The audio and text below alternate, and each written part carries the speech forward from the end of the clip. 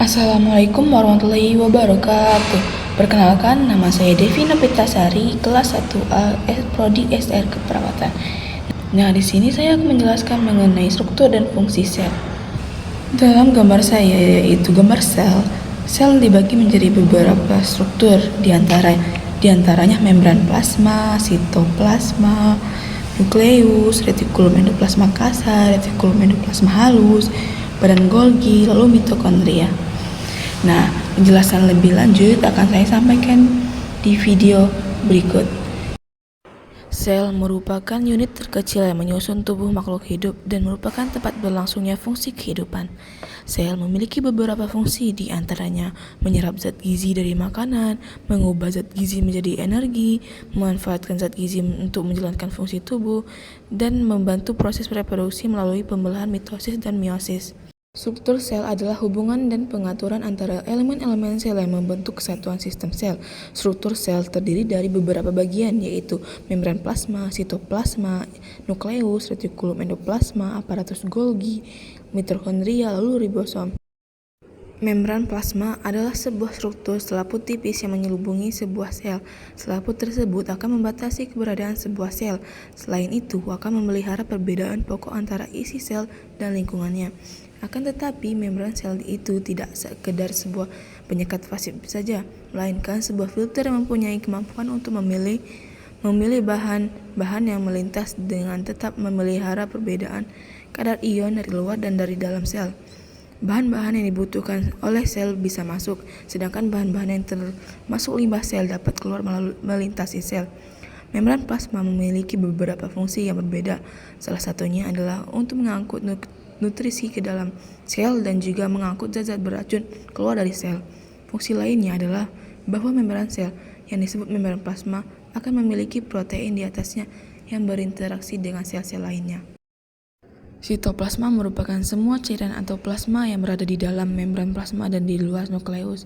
Sitosol adalah cairan sitoplasma yang mengelilingi organel sebanyak kurang lebih 55% dari total volume sel. Kompartemen sitoplasma mempunyai dua komponen.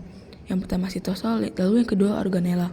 Retikulum endoplasma adalah salah satu organel pada sel yang mempunyai membran atau sel eukariote. Retikulum endoplasma memiliki bentuk seperti kantong pipih yang membentang dari jaringan nukleus ke seluruh sitoplasma. Retikulum endoplasma dibagi menjadi dua, yaitu retikulum endoplasma kasar dan retikulum endoplasma halus. Nukleus atau inti sel adalah organel sel yang berfungsi mengatur seluruh aktivitas sel, mulai dari metabolisme hingga pembelahan sel. Nukleus merupakan organel yang sangat vital bagi kehidupan. Berikut adalah beberapa fungsi nukleus, diantaranya sebagai pusat komando sel, menampung DNA, mengontrol pertumbuhan sel, dan menjaga integritas sel. Nukleus terdapat di setiap sel tubuh manusia kecuali beberapa sel, seperti sel darah merah.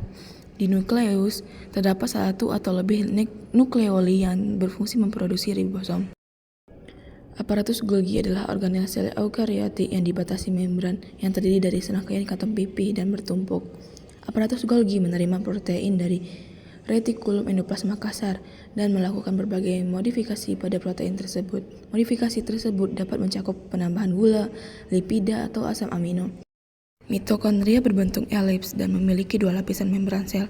Membran bagian luar terdiri dari protein dan lipid dengan perbandingan 50:50, sedangkan membran bagian dalam terdiri dari protein dan lipid dengan perbandingan 80:20. Membran bagian dalam mitokondria berlipat-lipat sehingga memperluas permukaannya. Mitokondria memiliki beberapa fungsi, di antaranya memproduksi energi, memproduksi panas, menjaga homeostasis kalsium, membantu pertumbuhan dan kematian sel, menjaga integritas sel, dan pemberian sinyal antar sel. Ribosom memiliki bentuk bulat dan padat seperti butiran kecil. Ribosom dapat ditemukan di semua sel hidup termasuk sel tumbuhan, hewan, dan manusia. Ribosom sangat berlimpah di dalam sel. Misalnya, satu sel eukariotik yang bereplikasi secara aktif dapat mengandung sebanyak 10 juta ribosom. Ribosom berfungsi untuk melakukan sintesis protein, yaitu menerjemahkan urutan basa molekul mRNA menjadi urutan asam amino. Ribosom juga berperan sebagai docking station untuk transfer RNA yang mengandung asam amino. Sekian pemaparan materi dari saya. Wassalamualaikum warahmatullahi wabarakatuh.